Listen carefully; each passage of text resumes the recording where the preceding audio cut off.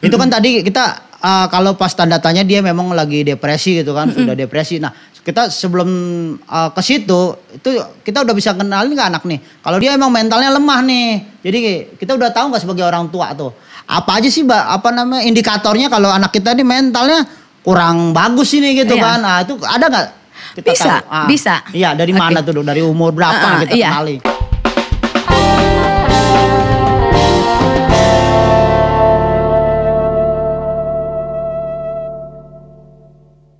Assalamualaikum warahmatullahi wabarakatuh. Iya. Waalaikumsalam. Iya.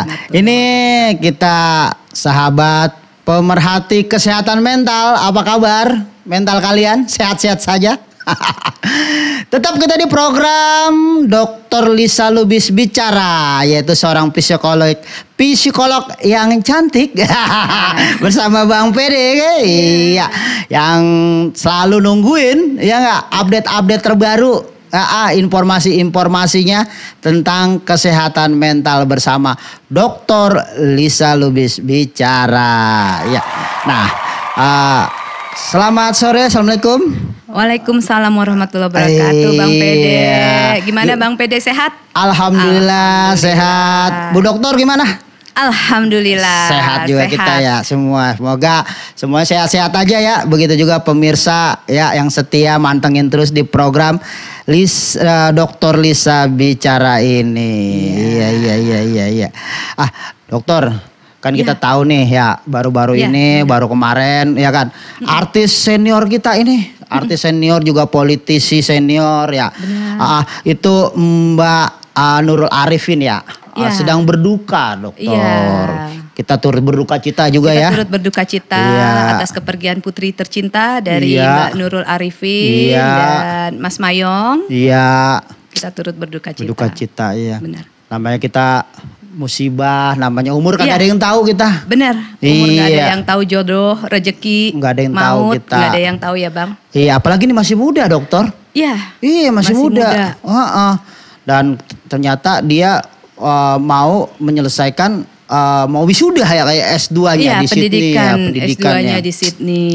Iya. Nah, gitu informasi yang kita terima nih dokter ya. Kemarin kita kaget juga mendengar informasi ini Mbak Nurul ini berduka itu putrinya ini ditemui di ruang makan ya dokter ya di ruang makan kena serangan jantung nggak ada yang tahu. Akhirnya baru pagi dini hari diketahui oleh asisten rumah tangganya. Iya, oleh ART-nya. Iya, terus sempat dibawa juga sama Mbak Nurul sama suaminya Mas Mayong ke rumah sakit tapi kondisinya sudah meninggal ternyata sudah tidak tertolong. Benar, Bang. Nah, ini kita kemarin juga ngikutin ya karena dia kan seorang public figure jadi mau nggak mau masyarakat mengikuti beritanya termasuk kita karena kita juga dulu lihat film-filmnya Mbak Nurul ini dulu benar. Iya. Film-filmnya dulu sama Reza Hetapi yang terkenal banget ya. Apalagi sama anu fans saya itu Dono Kasino Indro kan ngikut dia. Benar. Itu legend loh. Legend iya makanya legend ini. Legend sekali. Aduh, nah itu ternyata itu ini Bu Dokter kita juga baru tahu ketika pemakaman itu ternyata si putrinya ini Mbak Maura Magnalia Magdra Ratri ini depresi ternyata dia. Selain sakit jantung dia depresi katanya. Benar. Dan itu juga terkuak dari adiknya yang sempat nangis karena ibaratnya ya karena kan ibunya seorang politisi nih. Iya. Kayaknya waktu untuk keluarga tuh kurang, diakui juga sama ibunya tuh. Kita kesibukan ya Bang ya. Benar-benar. Nah itu sebagai seorang psikolog ini gimana nih melihat ini? Ternyata kan si Maura Magnalia Madya Ratri ini juga lagi konseling ke psikolog. Kita tahu tuh informasi dari berita-berita. Ya itu gimana dok? Gimana? Iya jadi dengan adanya pemberitaan putrinya Mbak Nurul Arifin meninggal di usia yang muda, dapat informasi juga dari bapaknya Mas Mayong itu menginformasikan kalau memang almarhum putrinya sedang menjalani juga yang namanya pengobatan ataupun konseling terhadap psikiater. Lalu ditambah juga almarhum ini sedang mengkonsumsi, dibantu juga obat anti depression. Oh, emang ada obatnya? Iya, ada obat depresi itu. Konsumsi obat biar tenang ya? Ada, biar tenang, biar bantu bisa tidur, tenang. Iya. Jadi kalau bisa dilihat sebenarnya orang depresi itu Bang PD tidak memandang bulu. Oh, iya. Depresi itu mau usia muda, usia tua, itu bisa melanda siapapun. Kalau kita lihat datanya sendiri Bang PD, dari Asosiasi Internasional di tahun 2020 setidaknya setiap 40 detik satu orang di satu tempat di dunia ini di satu tempat di dunia ini itu meninggal karena kasus bunuh diri. Oh, gitu. Iya. Jadi kita, tapi ini beda. Mbak Maura kan karena memang kena serangan jantung. Iya. Serangan jantung. Tapi jantung. Memang juga ada pemicunya ternyata. Memang depresi itu sendiri jadinya. Jadi kalau kita balik, garis bawahi, depresi itu bisa mendorong orang, ada kecenderungan orang untuk melakukan bunuh diri. Seperti itu. Jadi Mbak Maura ini sendiri kita melihatnya dia memiliki tekanan. Tekanan hidup yang dia sedang harus jalani. Iya. Tugas-tugas dalam hidupnya yang harus dia selesaikan. Iya. Antara lain kalau nggak salah memang sedang menyelesaikan pendidikan S2-nya tadi seperti Bang PD sampaikan. Terus juga adanya semenjak pandemi adanya perubahan tatanan sosial itu loh Bang PD. Iya, ada juga itu kita baca tuh. Pengakuan dari ibundanya juga. Pandemi. Itu ada perubahan di mana anak sekolah yang berkuliah juga tiba-tiba harus belajar dari rumah. Belajar secara online. Di depan laptop.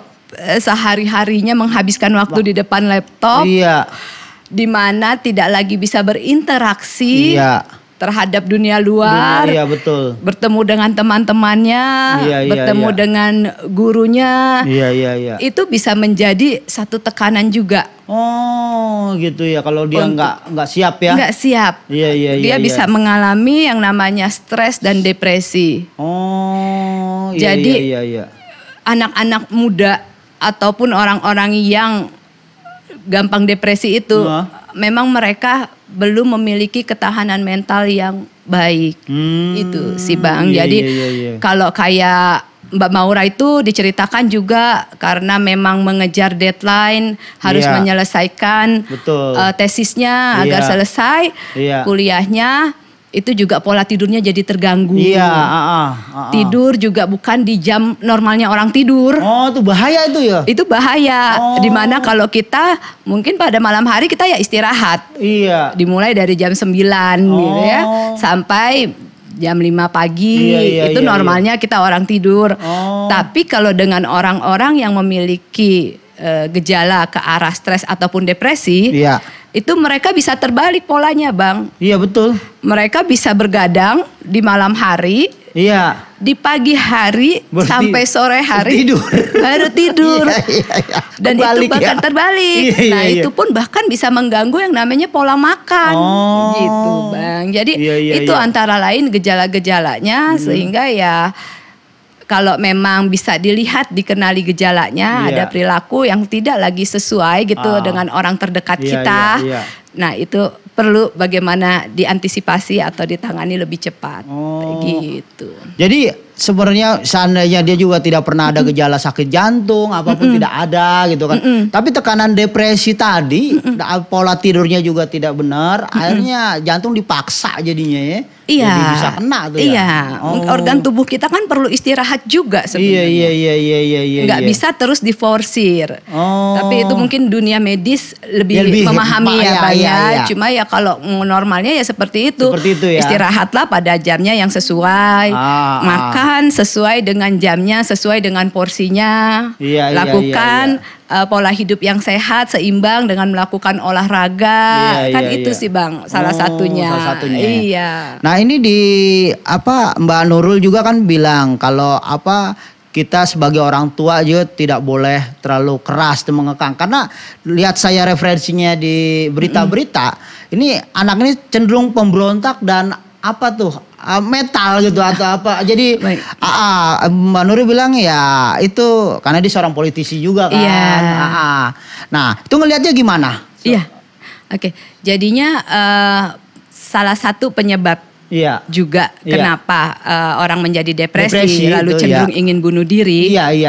Kita bisa lihat juga Bang, kalau orang bilang kan ya, apalagi sih hidup yang kurang, materi sudah berlebih, gitu ya. Nggak boleh kekurangan dia mah. Apa juga dimiliki. Lalu buat apa depresi? Buat apa dan depresi ada ngomong begitu. Seperti itu. Nah ini buat para orang tua pesannya, harus memiliki pola asuh yang baik terhadap anak. Jangan hanya selalu menuntut terhadap anak. Berikan hak otonom kepada anak ketika dia sudah beranjak dewasa. Anak berhak untuk dikasih pilihan. Anak berhak untuk menentukan keputusannya. Apa yang dia senangi. Apa yang menjadi passionnya. Apa yang ia ingin geluti. Untuk dirinya merasa berharga. Dengan begitu dia bisa memperoleh kebahagiaannya. Jadi orang tua, apalagi kalau anak sudah beranjak dewasa. Jangan lagi berkata, kamu harus seperti ini. Kamu harus mengikuti jejak saya, orang tuanya. Kamu harus sukses. Kalau kamu nggak mengikuti, pokoknya kalau atau penuh dengan kalimat tekanan ataupun ancaman dan ingin mengendalikan secara penuh itu jangan. Itu anak akan merepress, akan menekan yang menjadi perasaan dia, keinginan dia. Gimana anak bisa mudah bercerita tentang apa yang dialami dan dirasakan. Kalau orang tuanya otoriter. Orang tuanya memaksakan kehendaknya sendiri. Itu sih Bang. Nah itu memang diakui juga sama menurut berita nih. Kita kan melihat berita. Benar, kita sumbernya harus ada faktanya ya. Benar. Dari berita-berita tuh Mbak Nurul juga mengakui. Karena 2 hari sebelum musibah itu gitu, sebelum kejadian tuh si putrinya datang ngobrol sama namanya emak ngobrol hubungan ibu dan anak benar. Tadi dia bilang gini, aku udah tired, capek gitu, udah capek begini. Nah saya kayak merasa ibarat belum sesuai membahagiakan orang tua mungkin tadi kayak orang tuanya tadi kayak tidak seperti adeknya gitu kan, tidak seperti ini gitu kan. Nah itu mungkin tadi tekanan tadi berasa ini dia tertekan karena nggak sesuai dengan keinginan dia, bukan harapan dia. Jadi ada harapan orang tua, ekspektasi yang orang tua yang terlalu tinggi, tapi anak tidak bisa mengikuti. Lain dia keinginannya beda. Keinginannya beda. Dan nggak perlu dibanding-bandingkan. Nah, itu sering tuh ngebanding-banding begitu. Jangan. Soalnya bisa, lo kagak bisa kan? Sering itu. Benar Bang. Dengan saudara kandung sendiri pun jangan dibanding-bandingkan anak. Gitu apalagi terhadap anak lainnya yang. Jangan. Kita nggak perlu melihat keberhasilan anak orang lain. Kita tidak perlu memakai standarnya orang lain. Betul, Untuk memasang ekspektasi kita. Kalau sukses itu berarti kamu harus misalnya jadi dokter. Kalau sukses itu berarti kamu harus jadi seorang pengacara terkenal. Itu jangan dipakai standar orang lain. Terhadap karena standar atau tolak ukur kebahagiaan setiap orang itu berbeda.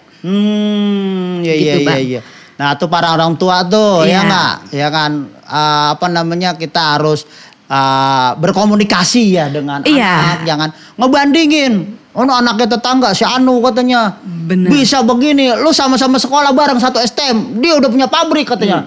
Lah beda ya. Beda. Langsung jatuh mental anaknya. Itu dia mentalnya jadi jatuh. Jadi jatuh. Dia nganggap aduh gue nggak berguna nih sama orang tua gue ya. Saya jadi nggak berharga. Betul ya. Akhirnya dia pelarian dah. Bener. Sering keluar rumah, ketemu bergaul yang agak benar. Bener bang. Jadi ingat para orang tua. Iya. Komentar kita, penilaian kita terhadap anak, pengasuhan kita terhadap anak itu bisa menjadi kontribusi terhadap bagaimana anak kita memiliki ketahanan mental yang baik. Kalau kita sering yaitu tadi membandingkan. Ataupun kita tidak pernah memberi apresiasi.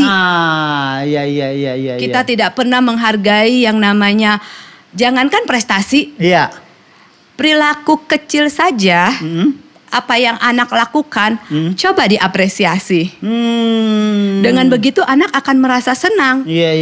Contohnya, terima kasih ya nak, pagi ini kamu sudah bangun, lalu merapikan kamar tidurnya sendiri, memiliki tanggung jawabnya sendiri.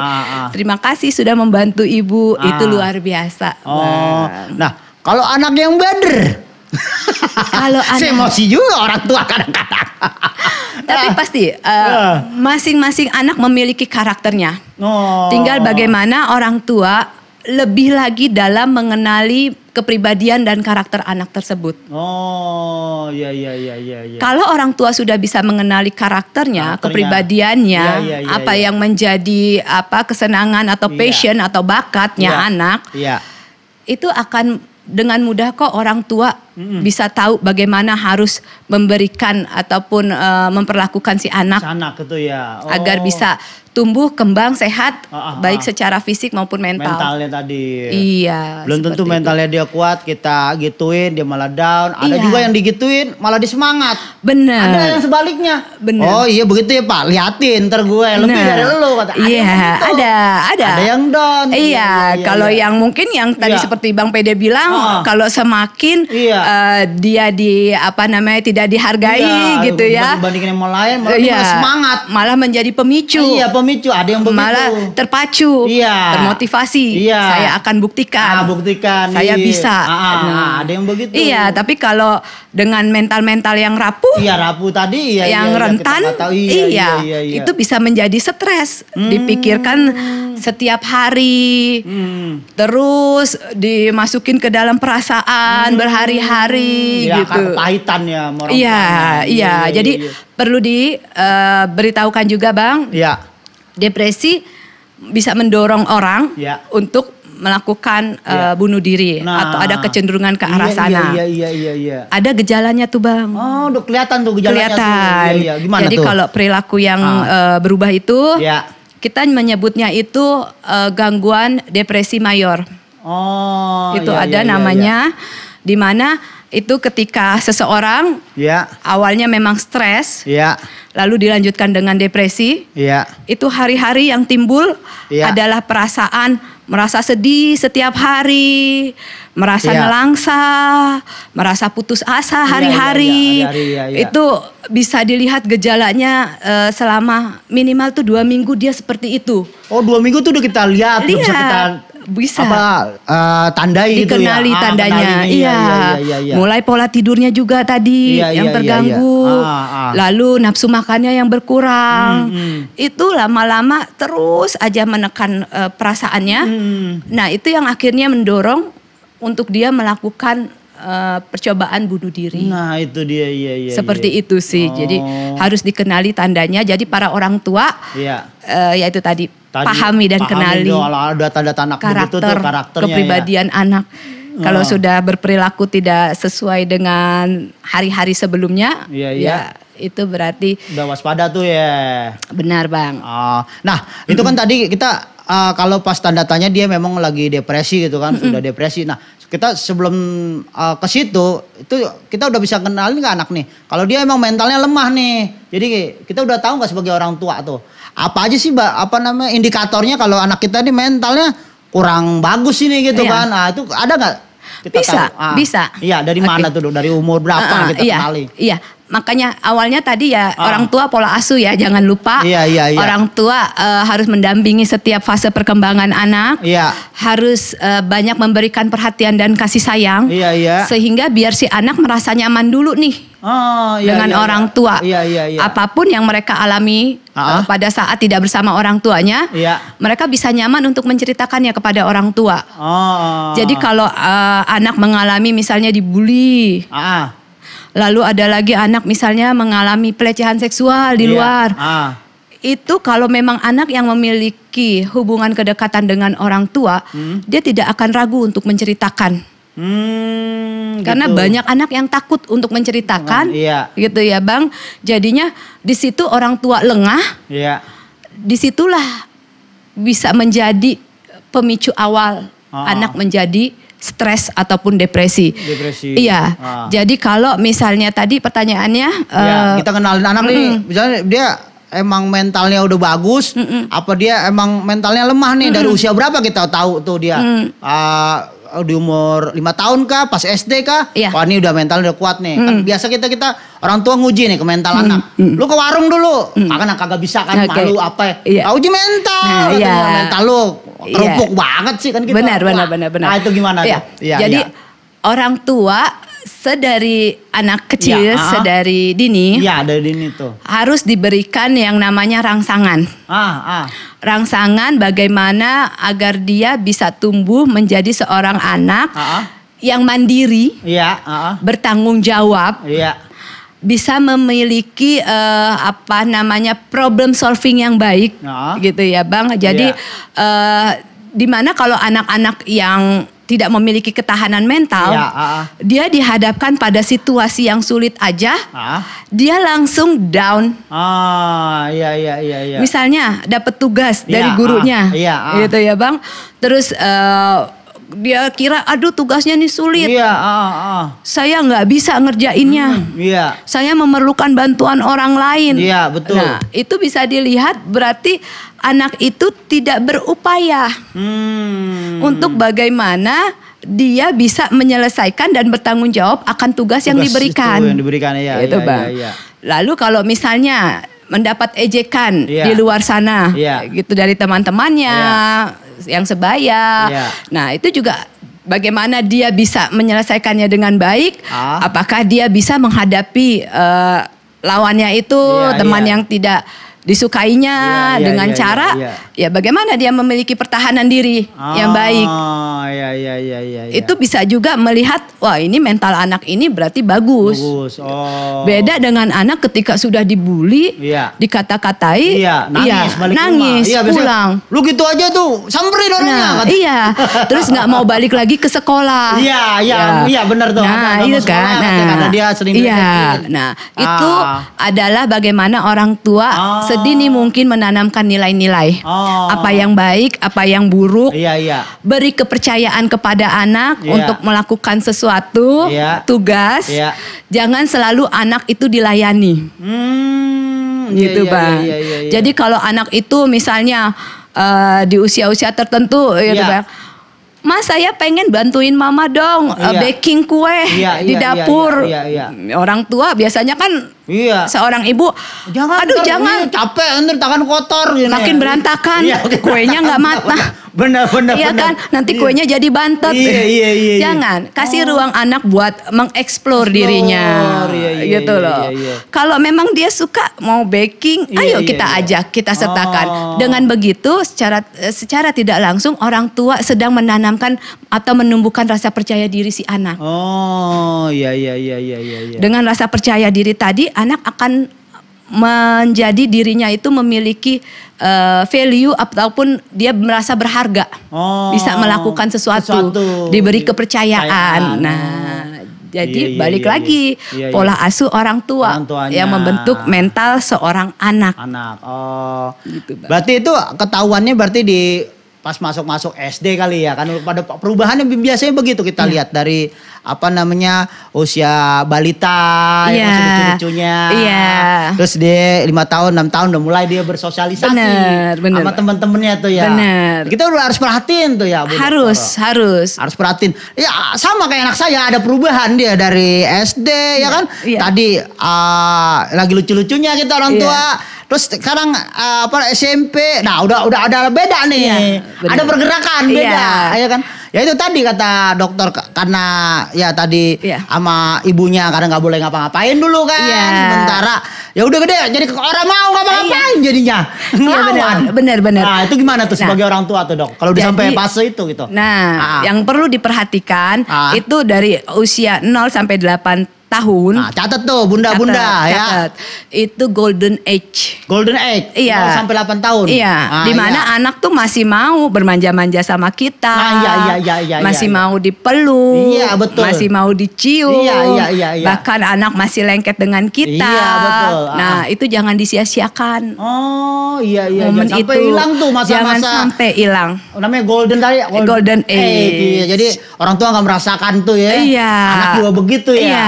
Ya, karena ketika memasuki lagi fase 9 sampai remaja 14 tahun, itu udah beda fase anak. Itu anak sudah mencari dunianya sendiri, Bang. Iya. Sedang mencari jati dirinya. Iya.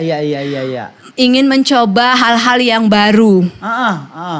Dan informasi yang didapatkan si anak pun bukan lagi dari orang tuanya. Iya. Tapi informasi yang didapatkan sudah dari lingkungan luar. Betul. Dari gurunya, dari teman-temannya. Sehingga apa? Di usia itu anak menjadi lebih kritis. Iya, betul. Jadi nggak heran di usia anak 9 sampai 14 tahun itu mereka lagi senang-senangnya membantah. Nah, iya, itu betul, iya. Itu membantah, Bang. Jadi apa yang dilarang orang tua, justru semakin dilarang mereka semakin memberontak. Itu dia kayak yang ini. Mbak Arifin nih. Benar. Jadi membantah, membantah tadi. Karena mereka merasa kok keinginan saya nggak didukung. Seperti itu.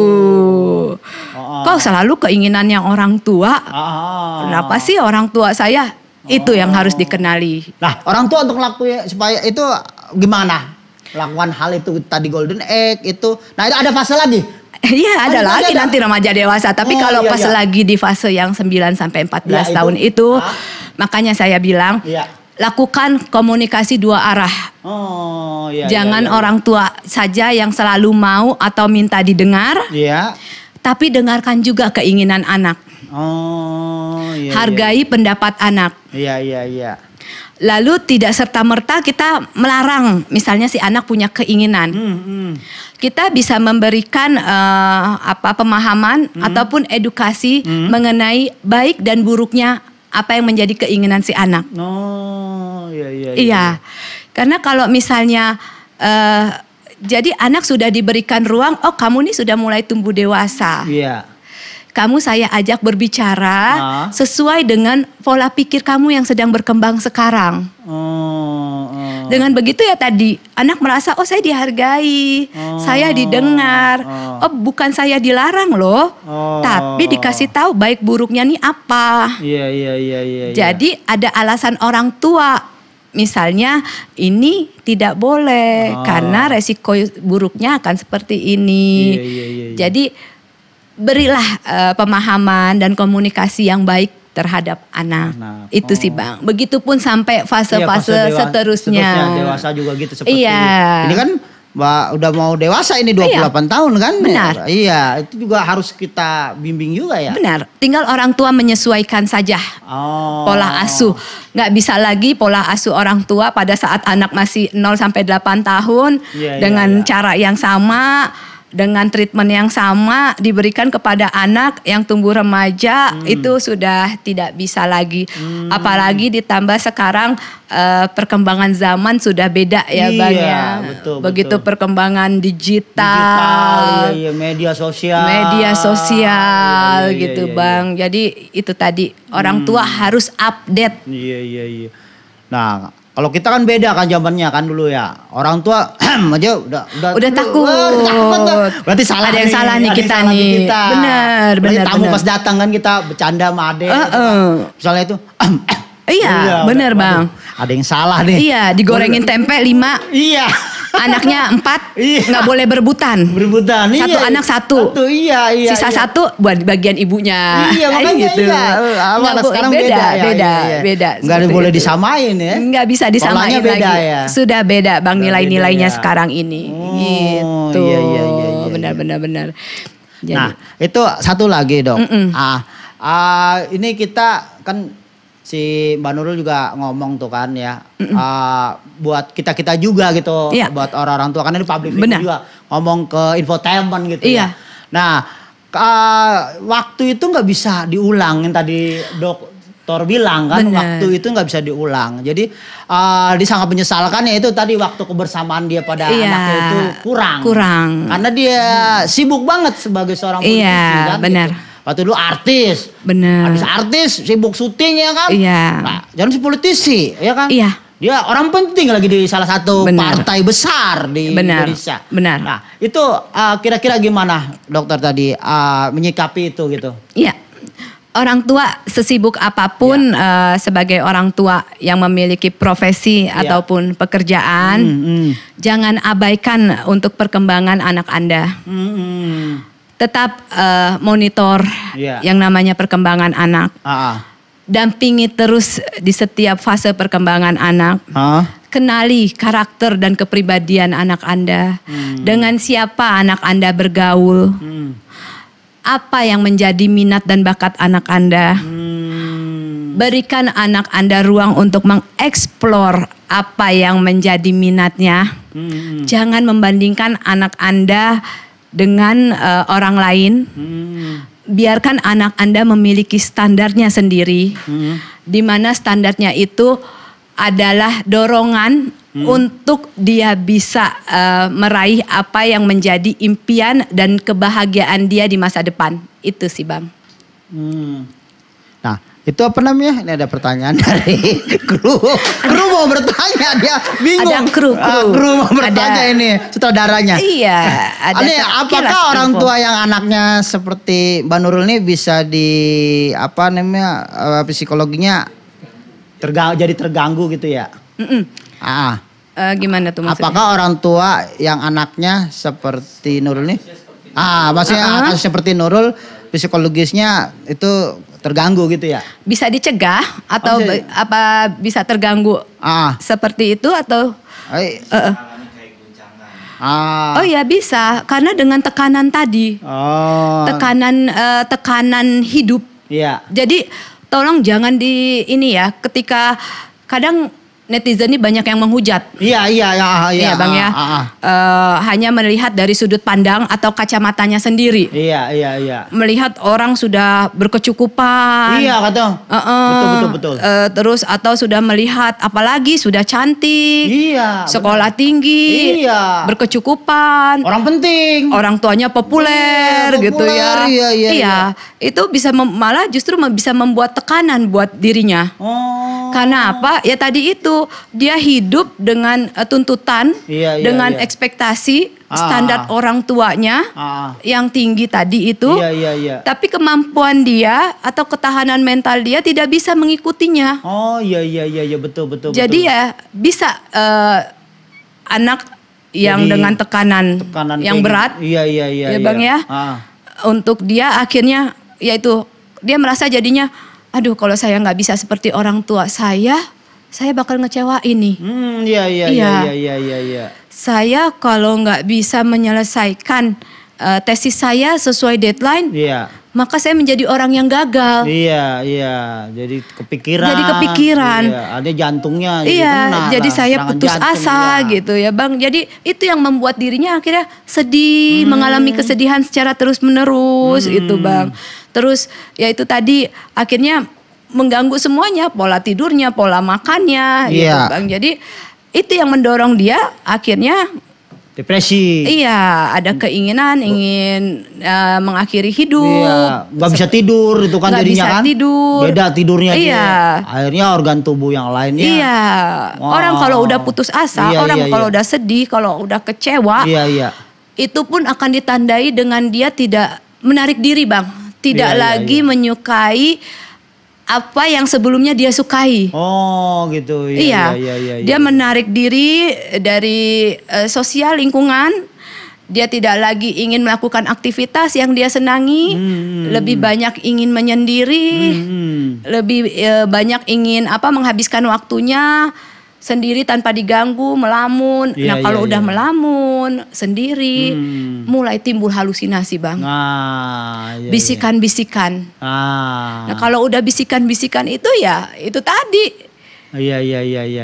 Nanti katanya dengar suara yang menyuruh dia untuk melakukan, misalnya menyakiti dirinya sendiri, agar terbebas dari semua masalah, agar terbebas dari semua tekanan. Seperti itu.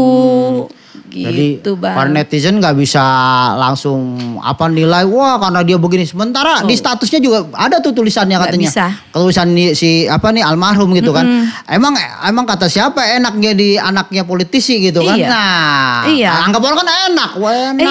Kan. Bahkan anggota DPR gitu bener, kan. Bang. Nggak tentu juga nggak tentu juga. Itu anaknya artis betul. Aja politisi bisa mengalami depresi. Bayangi nggak, Bang, yang mengalami depresi si artisnya sendiri. Iya. Si selebritinya sendiri. Itu selebriti itu orang yang populer. Segala apa yang dikatakan, apa yang dilakukan selalu dimonitoring oleh orang banyak. Fansnya berat kan? Nggak cuma fans, Bang, hatersnya juga banyak. Iya. Iya kan, Bang? Itu apa yang mereka kerjakan bisa gerak-geriknya tuh langsung ditangkap kamera, dipublikasikan. Terus apa yang mereka ungkapkan tentang berita mereka gitu, statement mereka terkadang bisa dimanipulasi. Itu tanpa disadari, itu juga yang menjadi pendorong si artis itu mengalami depresi. Iya, Bang. Netizen kalian berkontribusi loh. Iya dengan dalam mendorong jadi depresi si artis itu depresi. Lewat apa? Lewat kritikan pedas, lewat hujatan kalian yang kadang-kadang kalian hujat tanpa dengan fakta yang sesungguhnya. Itu, Bang. Oke. Hanya udah banyak juga ini kita bahas ya kan, mulai dari pola asuh anak sampai depresi. Benar. Nah, ini para sahabat pemerhati kesehatan mental yang ada di luar sana ya itu tadi kita ambil yang baiknya ya, Dok ya. Boleh. Nah, kita ambil untuk pola asuh anak kita. Nah, kalau ada mau komentar apa baik di bawah ya, ngomong aja di bawah, ketik apa nih mau kita omongin gitu. Tapi boleh nggak, Bang, ada satu pesan nih? Ini dia penting banget pesan dari Dr. Lisa. Oke, Dok. Oke, jadi salah satu indikator kesehatan mental di satu negara itu baik adalah ketika kasus bunuh dirinya itu berkurang. Iya. Jadi diperlukan adanya kontribusi, kolaborasi antara pemerintah, masyarakat, sektor swasta, maupun organisasi profesi kesehatan mental untuk saling bahu-membahu kita membangun sebuah sistem ketahanan mental yang baik untuk masyarakat luas, terutama generasi muda. Itu, Bang. Iya. Jadi ini intinya tanggung jawab kita bersama berarti ya? Tanggung jawab kita bersama. Iya. Oke, kiranya begitu dulu ya informasi yang bisa diambil faedahnya ya dari bincang-bincang kita dengan Dr. Lisa ya, seorang psikolog yang cantik. Oke. Jangan lupa pantengin terus ya channel Bekasi Media TV, terutama di programnya Dr. Lisa bicara. Karena banyak faedah-faedah yang manfaatnya yang bisa kita ambil sebagai edukasi. Betul dokter? Betul. Ngomong gue udah agak pinter sekarang dibandingkan di program Bekasi Kepo. Oke ya, kalau begitu ya, cek aja terus ya Bekasi Media TV. Ser.